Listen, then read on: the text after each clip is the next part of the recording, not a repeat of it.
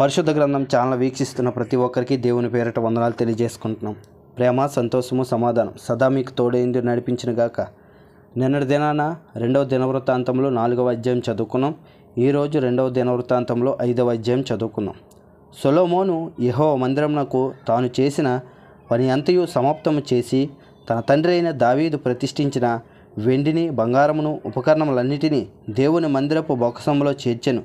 తర్వాత యెహోవా నిబంధన మందసమును సియోను అను దావీదుపురము నుండి తీసుకొని వచ్చుటకై సొలొమోను ఇశ్రాయేలీల పెద్దలను, ఇశ్రాయేలీల వంశములకు అధికారులకు, గోత్రముల పెద్దలందరినీ యెరూషలేమునందు సమకూర్చెను. 7వ నెలను పండగ జరుగు కాలమున ఇశ్రాయేలీలందరూ రాజునొద్దకు వచ్చిరి. ఇశ్రాయేలీల పెద్దలందరినీ వచ్చిన తర్వాత లేవీలు మందసమును ఎత్తుకొనిరి. రాజైన సొలొమోనును ఇశ్రాయేలీల సమాజకులందరూ సమకూడి లెక్కింప శక్యము కాని గొర్రెలను, పశువులను బలిగా అర్పించిరి. లేవీలను, యాజకులను మందసమును, సమాజపు గుడారమందుండు ప్రతిష్ఠితములగు ఉపకరణములన్నిటినీ తీసుకొని వచ్చిరి. మరియు యాజకులు యెహోవా నిబంధన మందసమును తీసుకొని గర్భాలయముకు అతి పరిశుద్ధ స్థలమందు కెరూబుల రెక్కల క్రింద దానిని ఉంచిరి. మందసముండు స్థలమునకు మీదుగా కెరూబులు తమ 2 రెక్కలను చాచుకొని మందసమును దాని దండెలను కమ్మెను. వాటి కొనలు గర్భాలయము ఎదుట కనబడినంత పొడవుగా ఆ దండెలు ఉంచబడెను, కానీ అవి బయటికి కనబడలేదు. నేటి వరకు అవి అచ్చటనే ఉన్నవి.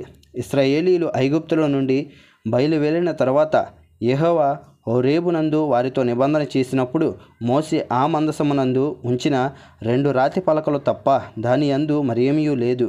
యాజకులు పరిశుద్ధ స్థలము నుండి బయలుదేరి వచ్చినప్పుడు అచట కూడియున్న యాజకులందరూ తమ వంతుల చూడకుండా తమ్మును తాము ప్రతిష్ఠించుకొనిరి.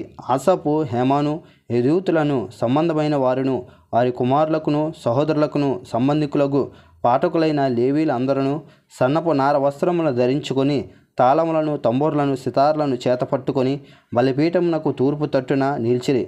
వారితో కూడా బూరలు ఊదు యాజకులు 120 మంది నిలిచిరి.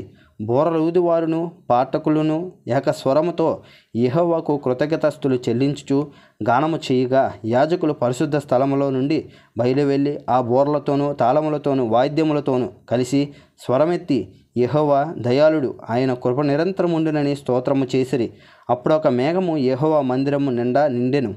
యెహోవా తేజస్సుతో దేవుని మందిరము నిండుకొనగా సేవ చేయుటకు యాజకులు ఆ మేఘమున్న చోట నిలవలేకపోయిరి. ఇంతటితో 2వ దినవృత్తాంతములు 5వ అధ్యాయం పూర్తయింది. రేపటి దినాన 2వ దినవృత్తాంతములు 6వ అధ్యాయం చదువుకుందాం. ప్రేమ, సంతోషము, సమాధానం సదా మీకు తోడైండి నడిపించును గాక. ఆమేన్.